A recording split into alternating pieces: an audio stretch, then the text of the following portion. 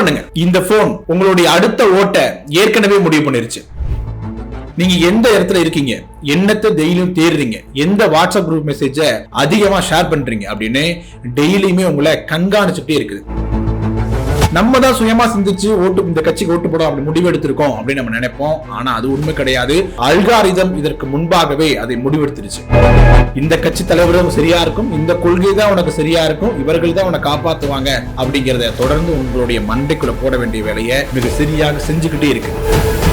அது எப்படி நடக்குது வாங்க பார்க்கலாம்.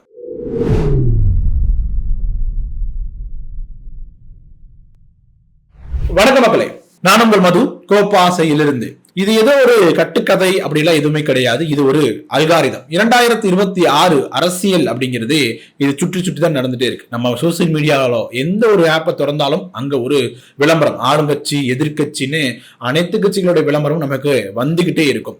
அதையும் தாண்டி ஒரு விஷயம் அப்படிங்கிறது சோசியல் மீடியாக்கள் மூலமாக நம்மளுடைய மண்டை, அதாவது நம்மளுடைய மூளையவே ஹேக் செய்யக்கூடிய வேலை அப்படிங்கிறது தொடர்ந்து நடந்துகிட்டே இருக்கு.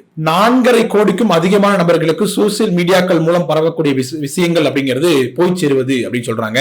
சுமார் 500 கோடிகளுக்கும் அதிகமாக, நான் குறைச்சுதான் சொல்றேன், 500 கோடிக்கும் அதிகமான தொகை அப்படிங்கிறது இந்த சோசியல் மீடியாக்கள்ல இது போன்ற ப்ராபகண்டா அது பரப்புவதற்காகவே பயன்படுத்தப்பட்டு கொண்டிருக்கிறது அப்படின்னு சொல்லப்படுது. 87% பேர் என்ன பண்றாங்க அப்படின்னா வாட்ஸ்அப் குரூப்கள் இருக்கக்கூடிய மெசேஜ்களை 50 அளவுல நம்புறாங்க. இது நம்பலாம நம்ப கூடாது அப்படிங்கிற மைண்ட் செட்டே உங்களுக்கு வந்துருது. பெரும்பாலானவர்கள் நம்பியும் விடுகிறார்கள் அப்படிங்கிறது தான் வரக்கூடிய தரவுகள் சொல்லக்கூடிய செய்தியாக இருக்குது. அல்காரிதம் அப்படின்னு பேசுறோம் அப்படின்னா என்ன அப்படிங்கறத பார்க்கலாம். அது ஒரு டேட்டா மட்டும் கிடையாது, அது ஒரு மிரர், அது ஒரு கண்ணாடி அப்படின்னு சொல்லலாம். நம்மளுடைய பயம், நம்மளுடைய உணர்ச்சி, நம்மளோட நம்பிக்கை அப்படிங்கிறத அப்படியே நமக்கு கண் முன்னாடி மொபைல்ல காட்டும்.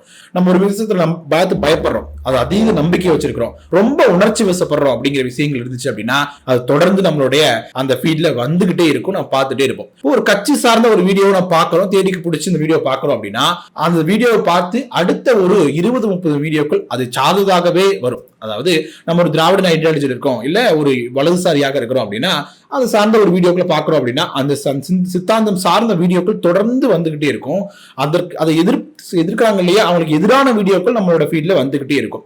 இப்ப என்ன நடக்கும் அப்படின்னா நம்ம யாரை சப்போர்ட் பண்றோமோ அவங்களுக்கு ஆதரவான வீடியோ வரும், நம்ம யாரை எதிர்க்கிறோமோ அவங்களுக்கு எதிரான வீடியோ மட்டும் தான் நம்மளுடைய சோசியல் மீடியா அக்கௌண்ட்ஸ்ல நமக்கு வந்துகிட்டே இருக்கும். இது ஃபேஸ்புக், ட்விட்டர் அப்படின்னு மட்டும் பிரிச்சு பார்க்க முடியாது. எல்லாத்திலும் இதே மாதிரி அல்காரிதம் தான் செயல்பட்டு இருக்கு. இப்ப நம்ம என்ன ப்ராப்ளம் இந்த இடத்துல வருது அப்படின்னா நம்மளால சிந்திக்கவே முடியாது. ஏன்னா நம்ம சப்போர்ட் பண்ணக்கூடிய விஷயங்கள் வருது, நம்ம எதிர்க்கக்கூடிய விஷயங்களுக்கு எதிரானதாக வருது. அப்ப நம்ம மைண்ட் என்ன ஆயிரும், நம்ம கரெக்டான வழியில தான் போறோம் அப்படிங்கிற மாதிரி ஒரு மைண்ட் செட் நம்மளையே, நம்ம மைண்டே நம்மள நம்ப வச்சிரும்.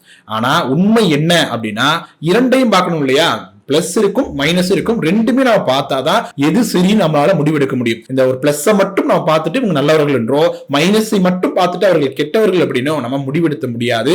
ஆனா அப்படி முடிவெடுக்கணும் அப்படிங்கிறதுக்காக தான் அல்காரிதம் இது போன்ற புஷ்ஷை தொடர்ந்து பண்ணிக்கிட்டே இருக்கு. அல்காரிதத்தை பொறுத்த வரைக்கும் கோபமான உணர்ச்சி வசப்படக்கூடிய கண்டென்ட் அதிகமாக புஷ் கொடுக்கும் அப்படின்னு சொல்றாங்க. ஏன் அப்படின்னா நமக்கு அதிகமா கமெண்ட் பண்ணுவோம், அதிகமா ஷேர் பண்ணுவோம், உட்கார்ந்து முழு வீடியோவும் பார்ப்போம். அப்படி இருக்கும்போது அவங்களுக்கு அதுல மணி கிடைக்கும் அப்படிங்கிறது அவங்களோட மோட்டிவ் அப்படிங்கிறத தாண்டி நமக்கு அதனால என்ன பயன் அப்படிங்கிறது நம்ம யோசிச்சு பார்த்தோம் அப்படின்னா நமக்கு மென்டல் ஸ்ட்ரெஸ் தவிர வேற எதுவும் பயனும் நமக்கு கிடைக்க போறது கிடையாது. வரக்கூடிய தரவுகள் என்ன சொல்லுது அப்படின்னா ஒரு கோபம், அதாவது வெறுப்பை பரப்பக்கூடிய ஒரு பிரச்சாரம் அதை என்ன பண்றது அப்படின்னா அல்காரிதம் மிக வேகமாக புஷ் பண்ணுது. 340% மற்ற கண்டென்ட்களை விட இது அதிகமாக புஷ் ஆகுது அப்படின்னு சொல்றாங்க. அதையும் தாண்டி ஒரு ஃபேக்சுவலாக ஒரு நியூஸ் போடுற, டேட்டாவோட சரியான தரவுகளோட நியூஸ் போடுறோம் அப்படிங்கும் போது 125% மட்டும்தான் அது ஷேர் ஆகுது, அது பெருசா ரீச் கிடைக்குது அப்படின்னும். இன்னொரு பக்கம் பாத்தீங்க அப்படின்னா மிஸ்இன்ஃபர்மேஷன், அதாவது ஒரு பொய் செய்தி பரப்புறோம் அப்படின்னா அது மற்ற நியூஸ்களை விட 6 மடங்கு மிக வேகமாக பரவுது அப்படிங்கிற வரக்கூடிய தரவுகள் சொல்லக்கூடிய செய்தியாக இருக்குது. அடுத்த விஷயம் பார்க்கணும் அப்படின்னா ஒரு தலைவர் ஒரு மாவட்டத்தில் பேசுறாரு அப்படின்னா அவர் பேசு தொடர்பான டாக் அப்படிங்கிறது மாவட்டம் முழுக்கவே இருக்கும். இப்ப எப்படி இருக்குது அப்படின்னா உங்களுடைய பெயர் என்ன, உங்களுடைய பின்கோடு என்ன, எந்த இடத்துல வசிக்கிறீங்க, யூடியூப்ல என்ன மாதிரி விஷயங்களை பாக்குறீங்க, வாட்ஸ்அப்ல எது மாதிரி விஷயங்களை ஷேர் பண்றீங்க அப்படிங்கறத தொடர்ந்து கண்காணிச்சுட்டே இருந்து உங்களுக்குன்னு தனியாக ஒரு பொலிட்டிக்கல் ப்ரொபகண்டாவே தொடர்ந்து உங்கள் மைண்டுக்கு மட்டுமே அப்படி சொல்லி பரப்பக்கூடிய வேலையை பார்ப்பாங்க.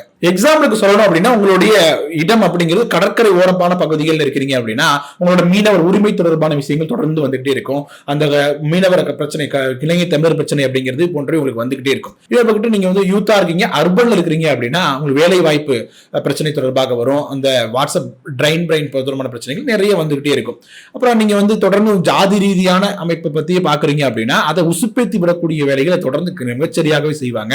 நாங்க தான் கெத்து, நாங்க தான் பெருசு, நீங்க தான் கீழே அப்படிங்கிற வீடியோக்கள் தொடர்ந்து வந்துகிட்டே இருக்கும். இந்த பிள்ளைங்க இருக்காங்கன்னு வச்சுங்களேன், அவங்க வீடியோ பாக்குறாங்க, அந்த வீடியோ வந்து பாத்தீங்கன்னா ஃபீட்ல வந்துட்டு இருக்கு 500-600 வீடியோக்கள் தொடர்ந்து அது தொடர்பான வீடியோவே வந்துட்டு இருக்கும் பொழுது நம்ம மைண்டே என்ன பண்ணணும், கன்ஃபியூஸ் ஆயிரும், கடைசியில ஃபிக்ஸ் ஆயிரும். இதுதான் ஒரிஜினல், இதுதான் ரியாலிட்டி, இதுதான் உலகம், இப்படி இருக்கணும் அப்படிங்கிற மாதிரி நம்மளையே நம்ப வைக்கக்கூடிய வேலையை தொடர்ந்து பண்ணிட்டே இருப்பாங்க. இந்த டேட்டா சோர்ஸ் அப்படிங்கிறது எங்க இருந்து எடுக்கிறாங்க அப்படின்னு பார்க்கும்போது கூகுள் நம்ம சர்ச் பண்ணுவோம், என்னென்ன ரிலேட்டட் சர்ச் பண்ணுமோ சர்ச் பண்ணிட்டு இங்க வந்தா அந்த ஃபேஸ்புக் பார்க்க போனோம்னு வச்சுங்க, அதோட ஆட் வந்து இங்க வரும். ஒரு ஷர்ட் பார்த்துட்டு இருப்போம், இங்க வருவோம், உடனே இந்த ஷர்ட்டோட ஆட் வந்து நமக்கு ஷோ ஆகும். அது போன்ற விஷயம் நடக்கும். நிறைய இடங்கள்ல ஆதாரம் நம்ம லிங்க் பண்றோம், அது தொடர்பாகவும் இது போன்று போகும். இது போன்று ஒவ்வொரு விஷயமும் எடுத்து நமக்கு ஃபீட் பண்ணக்கூடிய, நமக்கு மண்டைக்குள் திணிக்கக்கூடிய வேலையை அல்காரிதம் அப்படிங்கிறது பார்த்துட்டு இருக்கு. இப்ப விஷயத்துக்கு வருவோம். பொலிட்டிக்கல் பார்ட்டிஸ் இந்த இடத்துல எந்த மாதிரி ரோலை பிளே பண்றாங்க அப்படின்னா, அவங்க ஒவ்வொரு கட்சிக்கும் மிகப்பெரிய வார் ரூம் அப்படின்னு வச்சிருக்கிறத நம்ம நிறைய நியூஸ்கள்ல கேட்டிருக்கோம். அந்த வார் ரூம் என்ன பண்ணுவாங்க அப்படின்னா, ஒரு நபர் அவருடைய மொபைல் நம்பர், அவருடைய வாக்காளர் பட்டியல், அவர் எந்த இடத்துல இருக்கிறாரு, அவர் வந்து அவருடைய சர்ச் ஹிஸ்டரி எப்படி இருக்குது, எதை பார்க்கிறார் அப்படின்னு ஒவ்வொருக்கும் தனித்தனியா, இவர் ஏடிஎம்கே ஓட்டர், இவர் டிஎம்கே ஓட்டர், இவர் டிவிகே ஓட்டர், இவர் என்டிகே ஓட்டர், இவர் ஸ்விங், யாருக்கு வேணாலும் மாற்றி போடக்கூடிய வாய்ப்பு இருக்கக்கூடிய ஓட்டர் அப்படின்னு தனித்தனியா பிரிச்சு வச்சு என்ன பண்ணிருவாங்க அப்படின்னா தனியாக ஒரு சார்ட்டை உருவாக்கி வச்சிருவாங்க. அவங்களுடைய முதல் டார்கெட் யாரு அப்படின்னா ஸ்விங் ஓட்டர்ஸ் தான். யாருக்கு ஓட்டு போடுறது தெரியல அப்படின்னு சொல்லக்கூடியவங்க தான் அவங்களோட முதல் டார்கெட்டாக இருப்பாங்க. அவங்களுக்கு தொடர்ந்து நம்மளுடைய கட்சி சார்ந்த கொள்கையிலோ நாங்கள் செஞ்ச சாதனை அப்படிங்கறத ஃபீட் பண்ணிக்கிட்டே இருப்பாங்க. அதையும் தாண்டி மற்ற கட்சிகள் தொடர்பான நெகட்டிவிட்டிகள் அப்படிங்கறத அவங்களுக்கு ஃபீட் ஆகிட்டே இருக்கும். ஓ, இந்த கட்சி சரி போல அப்படிங்கிற முடிவெடுக்கணும் அப்படிங்கிறது அவங்களோட நோக்கமாக இருக்கும். அதையும் தாண்டி இவங்க வந்து ஏடிஎம்கே காரங்க, இவங்க டிவிகே காரங்க, டிஎம்கே காரங்க அப்படின்னு நினைச்சிட்டாங்க இல்லையா. மாற்று கட்சியில் என்ன பண்ணுவாங்க அப்படின்னா அந்த கட்சிக்கு எதிராகவே ஃபீட் அவங்களுக்கு கொடுப்பாங்க. ஒரு குறிப்பிட்ட கட்சி சார்ந்து அப்படின்னா அந்த குறிப்பிட்ட கட்சிக்கு எதிரான வீடியோக்கள் நிறைய வரும். எந்த கட்சிக்கு ஓட்டு போட வைக்கணும்னு நினைக்கிறாங்களோ அவங்களுக்கு சாதகமான நியூஸ்கள் அப்படிங்கிறது தொடர்ந்து வந்துகிட்டே இருக்கும். அவங்கள மாற்ற முடியுமா அப்படிங்கிற மாதிரி முயற்சியும் பண்ணுவாங்க. நீங்க ஏதோ ஒரு வீடியோக்கு கீழே ஒரு கமெண்ட் பண்ணிருப்பீங்க, ஏதோ ஒரு கொள்கை சார்ந்தோ, ஏதோ கட்சியை சார்ந்தோ, ஏதோ தலைவருக்கு எதிராகவோ ஆதரவாகவோ ஒரு கமெண்ட் பண்ணிருப்பீங்க. அந்த கமெண்ட் அல்காரிதம் பிடிச்சிடும். அதுக்கப்புறம் நீங்க இன்னும் வேற இடத்துல பாத்தீங்க அப்படின்னா நீங்க என்ன மைண்ட் செட்ல இந்த கமெண்ட் போட்டீங்களோ அதே மைண்ட் செட்ல கீழே 100 கமெண்ட் 150 கமெண்ட்கள் இருக்கும். அந்த கமெண்ட்கள் எல்லாமே நிஜம் கிடையாது. ஏதோ ஒரு இடத்துல ஏதோ ஒரு வார் ரூம் வச்சு அமைக்கப்படக்கூடிய கமெண்ட்ஸ் தான். இந்த கமெண்ட்ஸ் படிக்கும்போது உங்களுக்கு என்ன தோணும் அப்படின்னா, ஓ, நம்ம எடுத்த முடிவு சரிதான், நம்ம மட்டும் அந்த மைண்ட் செட் இல்ல, இவ்வளவு பேர் இந்த மைண்ட் செட் தான் இருக்கிறாங்க, அப்போ இது சரியான இடத்துல தான் போயிட்டு இருக்கோம் அப்படிங்கறத நம்மளை நம்ப வச்சிரும். அது சரியா தவறா அப்படிங்கிற அடுத்த விஷயம், சரிதான் அப்படிங்கறது நம்ம ஆணித்தரமா நம்ப வைக்கக்கூடிய வேலையை பார்த்துருவாங்க. ஏஐ வீடியோஸ், ஏஐ வாய்ஸ் அப்படிங்கிறது மிகப்பெரிய ரோலை வந்து இந்த எலெக்ஷன்ல பார்த்துட்டு இருக்குது.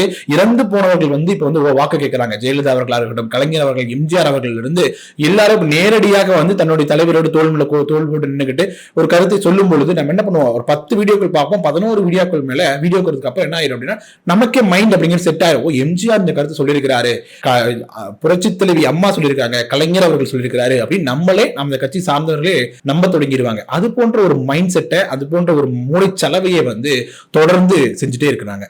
நியூட்ரலாக காட்டிக்கொள்ளக்கூடிய நிறைய பேஜஸ் இருக்கும். அந்த பேஜஸ் எல்லாமே ஏதோ ஒரு கட்சியின் ஐடி விங் சார்பாக நடத்தக்கூடிய பேஜுகளாக இருக்கும். அந்த கட்சிக்கு எதிராகவும் சில நியூஸ்களை போடுவாங்க. அதை நம்ம மக்களை நம்ப வைக்கணும் அப்படிங்கிறதுக்காக. அதன் பிறகு பார்த்தீங்கன்னா முழுக்க தன்னுடைய கொள்கைக்கும் தன்னுடைய கட்சிக்கும் எதிரான இருக்கிறவர்கள் தொடர்பான அவங்களுக்கு எதிரான நியூஸ் தொடர்ந்து போட்டுக்கிட்டே இருப்பாங்க. அது என்ன பண்ணுவாங்க, நியூட்ரல் தான், ஆனா அவங்க அப்படி சொல்றாங்க அப்படிங்கும்போது சரியா தான் இருக்கும் அப்படின்னு நாமே நம்ப வச்சு விடுவாங்க. இது போன்ற வேலைகளும் தொடர்ந்து அரசியல் கட்சிகள் செஞ்சுட்டே தான் இருக்கிறாங்க. இது நகர்ப்புறங்கள்ல மட்டும்தான் நடக்குது, அவங்க தான் அதிகம் மொபைல் யூஸ் பண்றாங்க அப்படின்னு நினைச்சீங்கன்னா அது மிகப்பெரிய தவறு. 2024 எலெக்ஷன்லயே பாத்தீங்கன்னா 68% கிராமப்புறங்கள் இதன் மூலமாக அவங்க மூளைச்சலவை ஏதோ ஒரு இடத்துல இன்ஃபுளுன்ஸ் ஆயிருக்கிறாங்க அப்படிங்கிற வரக்கூடிய தரவுகள் சொல்லக்கூடிய செய்தியாக இருக்குது. அப்படி இருக்கும்போது இப்போ 2026 அதை விட எண்ணிக்கை அப்படிங்கிறது அதிகமாயிட்டு தான் இருக்கும். வாட்ஸ்அப் குரூப் அப்படிங்கிறது கிராமங்கள்ல நகர்ப்புறங்களை விட அதிகமாகவே இருக்கும். நிறைய தரவுகள் வந்து ஃபேக் நியூஸா, நல்ல சரியான நியூஸ் அப்படிங்கிறது தெரியாமலே ஷேர் செய்யக்கூடிய வேலைகள் தொடர்ந்து கிராமப்புறங்கள்ல அதிகமாகவே நடக்கும். அவங்களை ஈஸியா ரீச் பண்ணவும் முடியும். கடைசி 5 ஆண்டுகள்ல மட்டும் 240% சோசியல் மீடியா யூசர்ஸ் அப்படிங்கிறது கிராமப்புறங்கள்ல அதிகரிச்சிருக்காங்க. அதையும் தாண்டி அதே அளவிற்கு ஃபேக் நியூஸ் ஸ்ப்ரெட் அப்படிங்கிறது கிராமப்புறங்கள்ல மிகவும் அதிகமாகவே நடந்துகிட்டு இருக்குது அப்படிங்கிறது தான் தரவுகள் சொல்லக்கூடிய செய்தியாக இருக்கு. சோ மக்களே, அல்காரிதம் உங்களை கண்ட்ரோல் பண்ணுகிறது அப்படிங்கிறது மிக உண்மையான விஷயம். அதை தொடர்பு அது இறுதியா ஒண்ணு சொல்லணும் அப்படின்னா, அல்காரிதம் உங்களை கவனிச்சுட்டே இருக்குது. அல்காரிதம் கொடுக்கறதை மட்டும்தான் நீங்க பாக்குறீங்க அப்படிங்கிறத மைண்ட்ல வச்சுட்டு நீங்க மொபைலை பார்க்கும் பொழுது உங்களுக்கு ஒரு தெளிவு கிடைக்கும். உங்கள் விரல் நுனி உங்கள் கட்டுப்பாட்டில் இருக்கும் வரை பிரச்சனை எல்லை தாண்டாது அப்படிங்கிறது தான் இந்த வீடியோவோட சாராம்சம். ஓகே மக்களே, வீடியோ தொடர்பான உங்களுடைய கருத்துக்கள் என்ன அப்படிங்கறத கமெண்ட் செக்ஷன்ல சொல்லுங்க. வீடியோ பிடிச்சிருந்துச்சு லைக் பண்ணுங்க, ஷேர் பண்ணுங்க. கோபாஸ் யூடியூப் சேனலை சப்ஸ்கிரைப் பண்ணிக்கோங்க. தொடர்ந்து பேசுவோம். நன்றி.